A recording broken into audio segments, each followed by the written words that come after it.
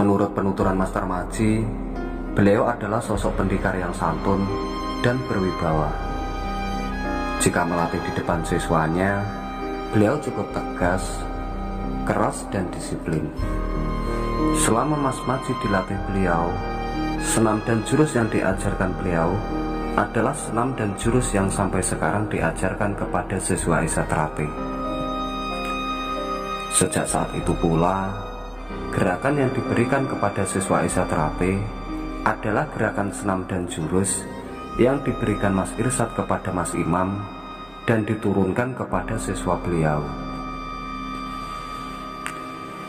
Dalam perkembangannya, senam dan akurasi jurus pada era Mas Irsyad ini yang akhirnya dijadikan gerakan baku pencaksilat Esa Terape.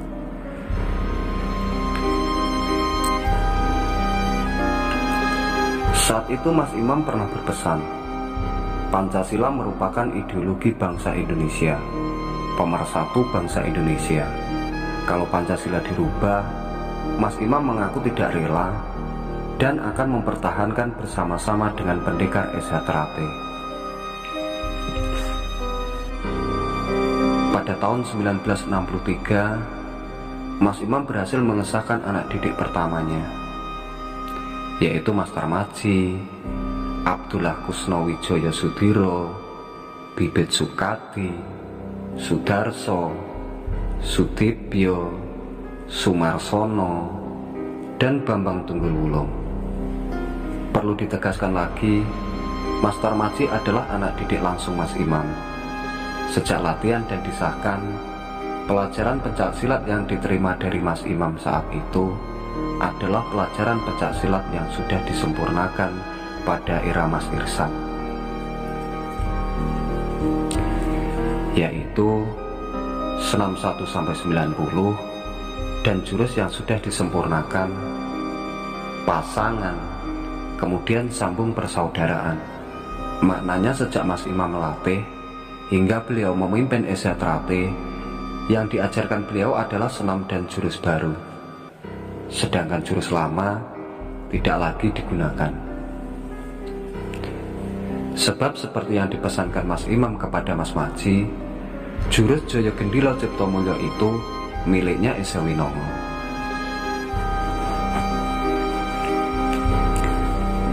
Di sela-sela pelajaran itu diberikan permainan kripen, permainan toyak, dan yang terakhir dididik kerohanian atau kebatinan yang istilah Jawanya ilmu kang aweh reseping ati atau ketenangan batin.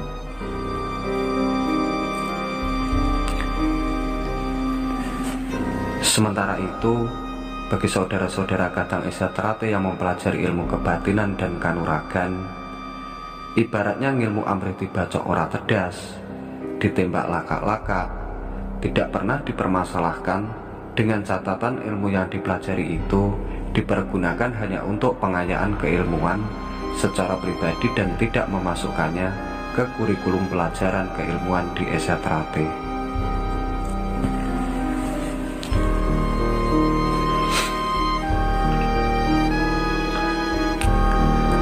Masih di tahun 1963, masih banyak peristiwa penting yang patut disampaikan.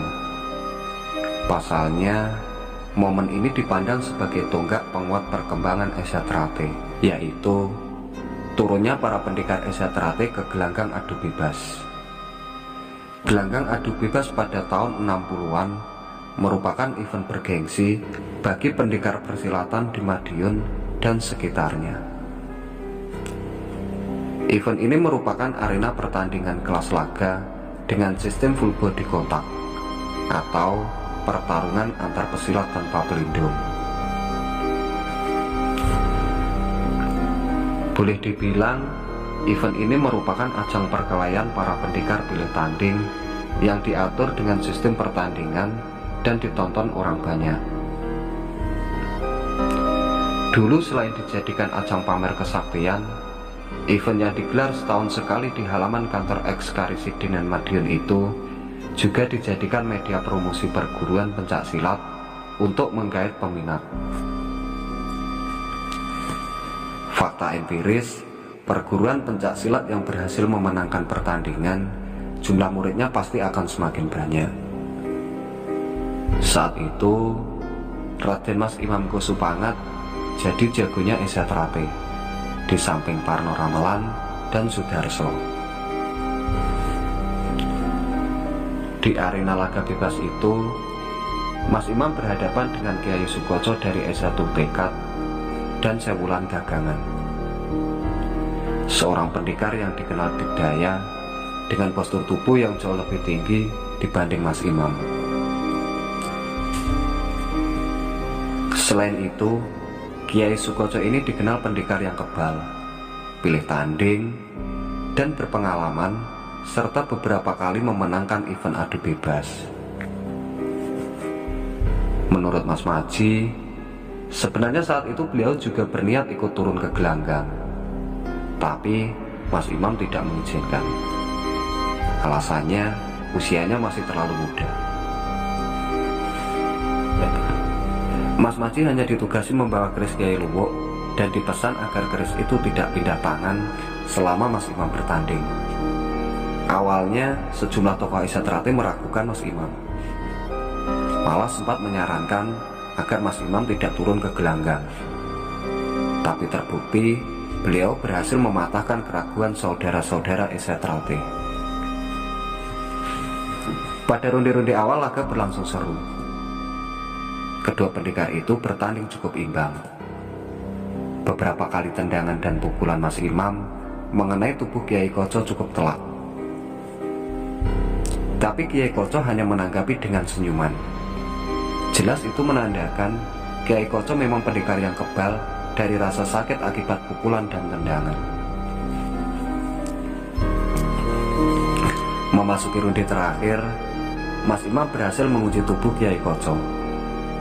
Saat itu juga, Mas Imam berteriak agar wasit juri melakukan penghitungan. Meski berupaya melepaskan diri dari kuncian, Kiai Koco tak berhasil. Akhirnya Dewan Juri memutuskan pertandingan itu dimenangkan oleh Mas Imam.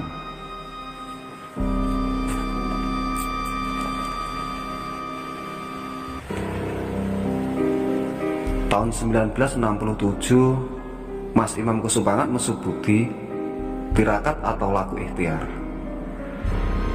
melakukan puasa selama 7 hari 7 malam di dalam kamar.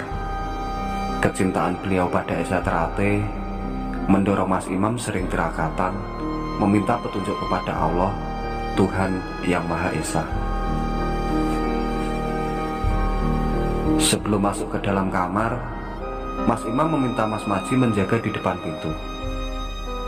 Saat itu beliau berpesan, kalau di hari ke-7 beliau tidak keluar, Mas Maji diminta mendobrak pintu kamar dan masuk ke dalam. Tepat pada hari ke-7, Mas Imam keluar kamar dengan kondisi sempoyongan. Dengan suara terbata-bata, beliau meminta Mas Maji mencarikan air kunir asam untuk minum. Beberapa saat setelah meminum air kunir asam, beliau berkata, "Jenengan eling-eling dik, jenengan titeni,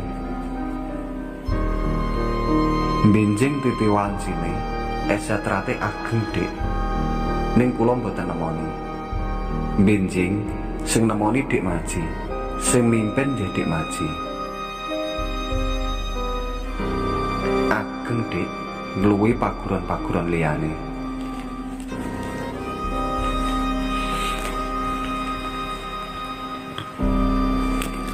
Menurut Mas Maji, beliau hanya diam mendengar ungkapan Mas Imam saat itu. Beliau tidak begitu paham apa maksud ungkapan Mas Imam tersebut. Saat itu saya hanya berpikir Mas Imam berkata seperti itu hanya untuk membesarkan hati saya. Gitu kata Mas Maji. Hari-hari berikutnya, Mas Maji sering diajak menemani Mas Imam laku tirakat. Banyak lokasi ritual yang dikunjungi, seperti Segoro Kidul, Harga Dumilah di puncak Gunung Lawu, hingga ke Gunung Serandil.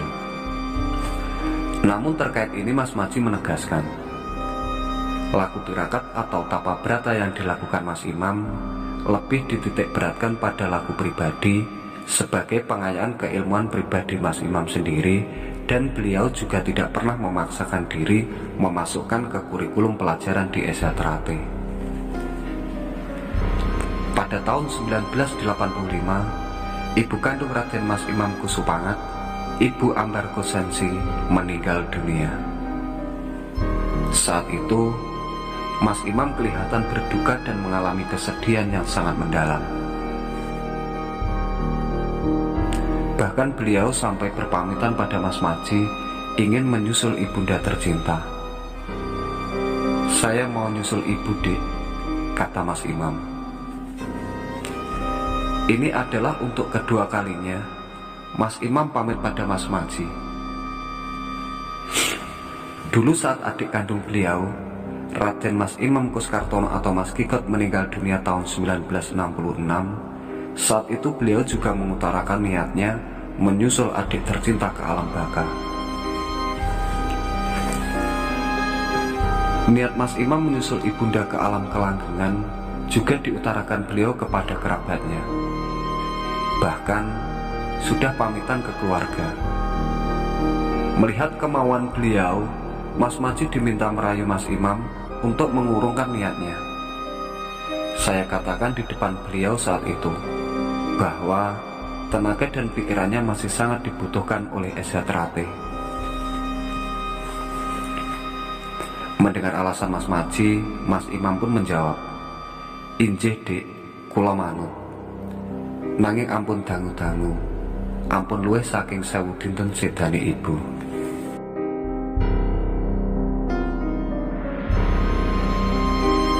Apa yang diungkapkan Mas Imam itu ternyata benar. Pada hari Senin tanggal 16 November 1987, Raden Mas Imam Kusupangat meninggal dunia pada usia 49 tahun kurang 2 hari. 2 hari sebelumnya, tepatnya malam Jumat, Mas Maji bersama istri Nyi Hajah Ruwitar Maji sowan ke kediaman Mas Imam di Pavilion Kabupaten Madiun. Malam itu, Mas Maji melihat kondisi beliau sangat lemah. Saya bertanya, "Mas Imam sakit ya?" Beliau menjawab, "Enggak, Dek."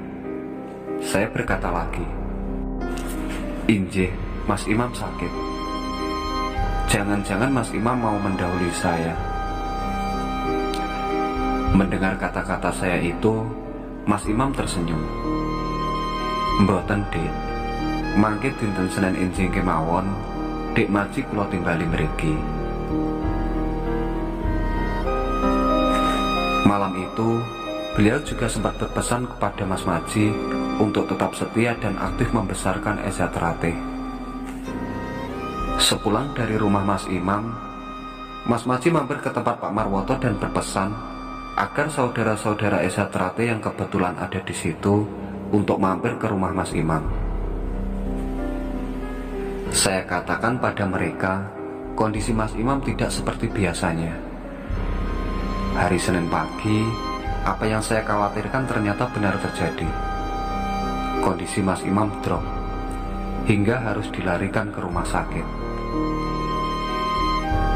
Dan pagi itu juga beliau pergi meninggalkan kita menghadap Allah Tuhan Yang Maha Esa.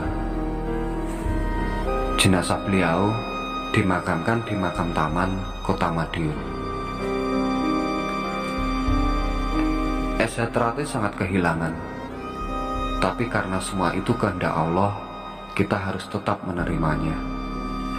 Oke, jadi itu tadi sebuah cerita yang cukup panjang, perjalanan SA Teratai, perjalanan Mas Imam Kusupangat, dan juga perjalanan-perjalanan ilmu Esa yang ternyata jurus Jaya Gendhira Cipta Mulya yang saya sendiri juga baru tahu kalau ternyata itu adalah sebuah jurus milik dari Esa Winongun.